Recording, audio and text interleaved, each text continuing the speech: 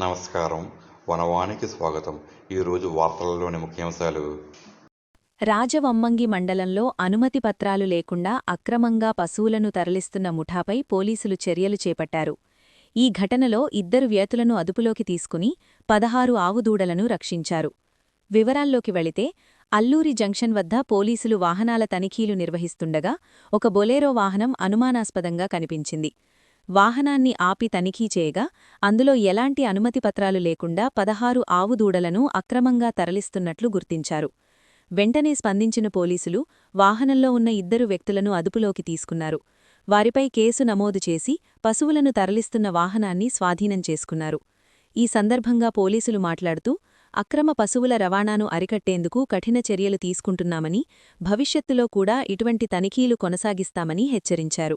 మూగజీవాలను హింసిస్తూ అక్రమంగా తరలించే వారిపై చట్టపరమైన చర్యలు తప్పవని స్పష్టం